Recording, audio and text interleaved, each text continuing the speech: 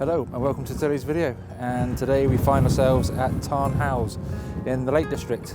Now at the moment we've got a bit of blue sky up over there and we've got some very nasty conditions coming in that way, and I thought basically we were going to have a bit of a wet start. So far so good though, it's remained dry but windy. Now I've got myself up on the high ground overlooking this valley down here. The actual tarn is just further around the corner, which I might go and visit shortly. But I've situated myself on the high ground because with the sun behind me and with all the storm clouds over there, I'm hoping we might be in for some rainbow shots possibly. Maybe I'm speaking out of turn, or maybe I'm thinking a bit too much, but yeah, I'm hoping with the amount of water that is in the air on that side of the valley, as you can see it all coming in over here, that you never know, we might be blessed with a rainbow. But yes, so stick with me for the next 10-15 minutes or so, and as we have a little adventure around the grounds around here, and hopefully we'll get some pictures like this.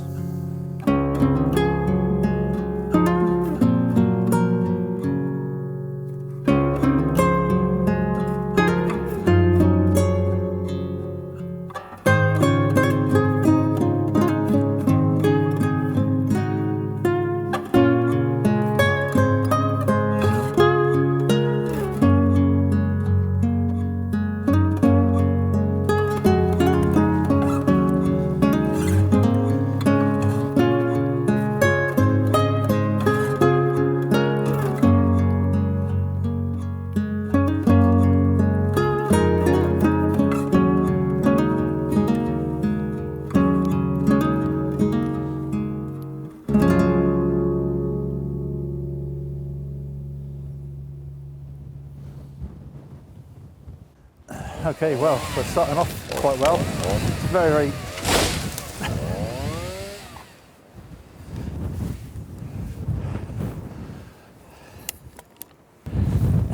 Did I just say we were starting off very well? The composition that I've got behind you is just a little tree that's standing up on the headland. It's a little bit too close for the 100 to 400, but I'm hoping that the way it comes into the frame is not too distracting. It's just kind of just standing there, but all the epicness is happening behind it. So if I can get the light just to strike on that far side, that will throw that tree into silhouette, and it should make something interesting happen behind it, the way interesting things are happening behind me and I'm looking that way. But there's potential over there and there's also potential over there, so I'm going to quick fire away. Don't move, I'm moving. Take your time. Lesson number one in photography is take your time. Stop rushing. I'm a flipping idiot when it comes to rushing. So maybe if I pop this into portrait, I might get a little bit more interest of the foreground and the tree. I think that might work actually.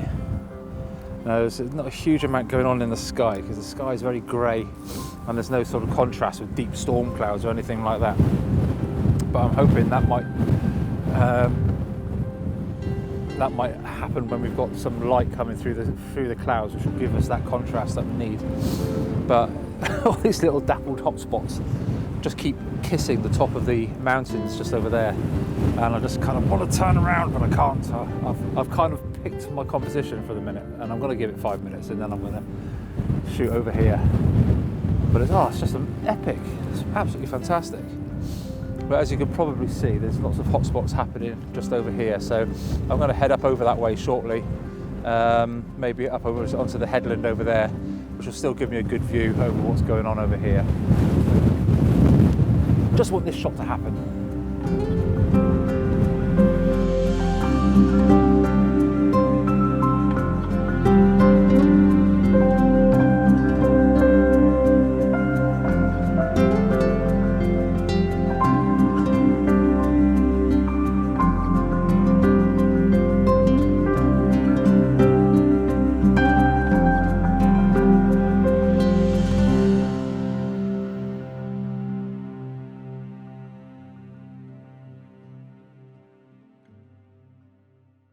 Well, I finally turned myself around this way, and the sun is now just picking out on those peaks over there. So it's looking really nice. So what I'm going to do as well shortly is I'm going to change over lenses from the 100 to 400 to the 24mm, because what's appearing in front of me is just absolutely gorgeous. So I might have to do that really quick and see what we've got. But again, ISO is through the roof at the moment at 320. I say through the roof, you know, it should be okay at 320, 250th of a second at f11. So I'm just trying to isolate some points of interest that are being thrown into highlight, and then the darkness of the shadows of going through the trees. It just looks stunning. I mean, that looks absolutely incredible. Not that you can see it for a minute. Maybe if I was polite, I could turn you around and have a look at what I can see. So if we turn around this way and have a little look over there, that's kind of what we're looking at over there. I'll just zoom you in. You see how beautiful those peaks are. It looks absolutely gorgeous. And at the moment, over the other side, swinging through over here, then it's all still looking rather all in shadow and stuff at the moment, all over through here. But still like a nice picture just there. But I know, hopefully we've got that one. So we'll just working ourselves around and just waiting for all these hot spots over here, and then we'll work on this for a bit, and then we're going to kind of go up onto this peak just up over here and see what we can find.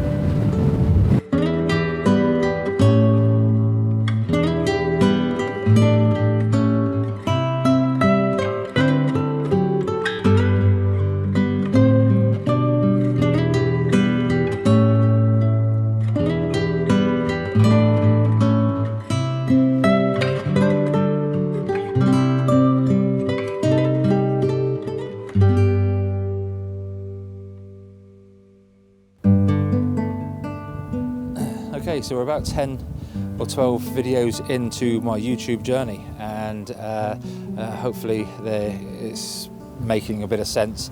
It's such a learning curve actually putting a video together, from the editing, so going out and shooting it. It's a different way of thinking, whereas you would normally go out to take an image, it's a still image, that's fine, but now you kind of want to tell a story of how you got to that image.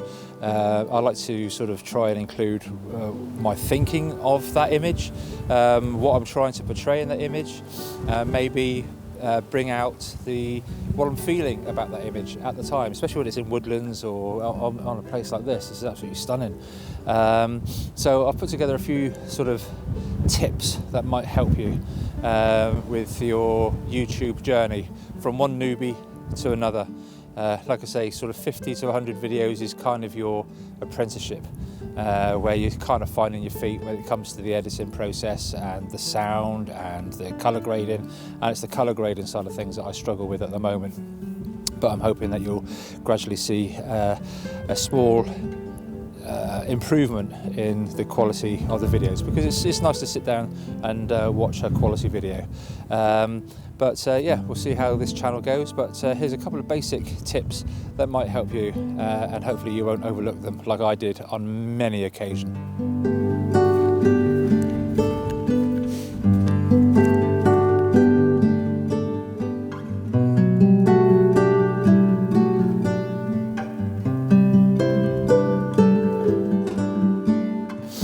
Okay, so before we get on with the next photograph, the first point, and it's the most basic thing to remember, is batteries. Now, you might scoff and say, well, that's an obvious one. I didn't think it was quite so obvious, actually, because what I didn't realise was that some of my equipment, such as my drone, even though I've charged the batteries up a couple of days ago, after a day or two, they naturally run down, even though you're not using them. You can keep them in the holder or keep them in your bag even. They will run down a certain percentage every day, so that when you come to take a epic drone footage, there's no power there, or it's greatly depleted, I should say. So I've got a number of batteries for my cameras, but you'll be surprised how fast those go down as well when you forget to charge them up. I say the main one for me is the drone. I was really surprised. I'd taken a hike up across one of the fells. I think it was Home Fell actually. I was taking some drone footage there for an earlier video, and I'd made sure the actual unit itself was charged up. The drone had been charged up, but the handset slipped me by, and so I had about 10 minutes flight time on that, which was really disappointing considering the effort it took to get up there to take the images in the first place. So that'll be the first one. Make sure your batteries are charged the night before. So obvious, but so easy to overlook.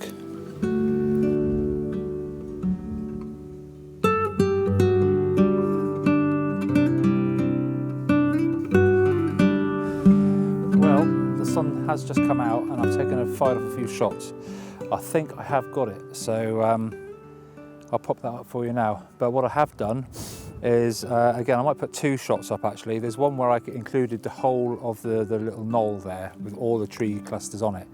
And then I've moved the camera around slightly, and just to try and simplify the shot a little bit by keeping the main clump of tree in there and with some interest with the mountains and stuff in the background.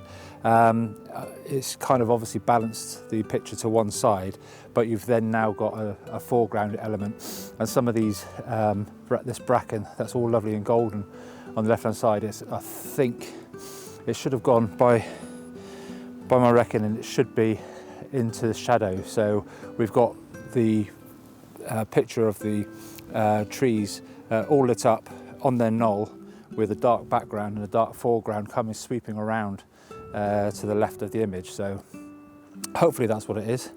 At least you'll see when you see the image, you'll see what I mean. But I'll put that up for you now.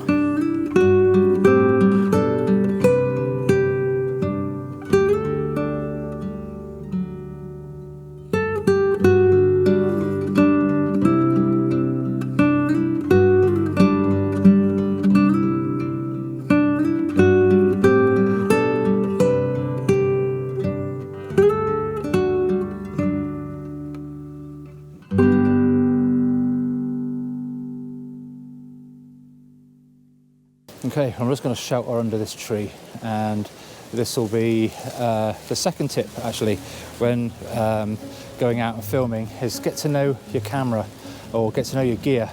When I first started, I had the GoPro 9 Black, which I'm recording this on now. I've since managed to acquire a Sony A6400, which was second hand, but I got it at a really good deal off Marketplace, which was good. I've since acquired a DJI mic so you can hear my ramblings a little bit more. And also, what else did I get? I think that was about it really for doing this type of vlogging. And when I say get to know your gear, what I find with the GoPro is that it's very easy to knock the back screen, and I have done that on many occasions. Hang on, let me just wipe that. I touched the back screen, and a couple of videos ago I was filming a whole piece to camera and I didn't realise I was filming it in hyperlapse. So when it came to editing that whole sequence, it was just non-existent and it was just absolutely rubbish. So get to know your equipment, yeah, that'll be the main thing, because you're working very quickly in conditions like this. When it's raining or whatever, everything changes so quickly, so you need to be able to react pretty sharpish, be able to check your equipment for sound and all that sort of stuff. So that would be the second tip for you.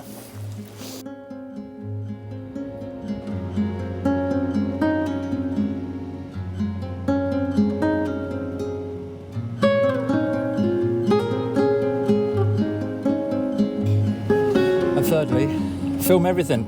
I'm just proving my point. Yeah, film everything. When you're compiling a video, you'll be surprised if you're trying to tell a story, even if it's just a story of your journey getting to where it is you're going. For me, it'll be obviously taking an image somewhere. I just want to tell a little I'll bring you along with me to see what I can see, that sort of thing. So make sure you film everything, because you'll be surprised how quickly you run out of stuff to put in your video. And I think I might have done that today. I'm thinking about it. It was just a very, very, very mad dash. I spent about an hour here, maybe a little bit more, hour and a half perhaps. Fortunately, where I was is just outside the car park, so it wasn't too bad. But I'm glad. If we look at it now, there's a bit of blue sky coming, but man alive, it's just chucked it down, absolutely bucketing it down. So yeah, the third point would be to make sure you film everything and just give yourself options.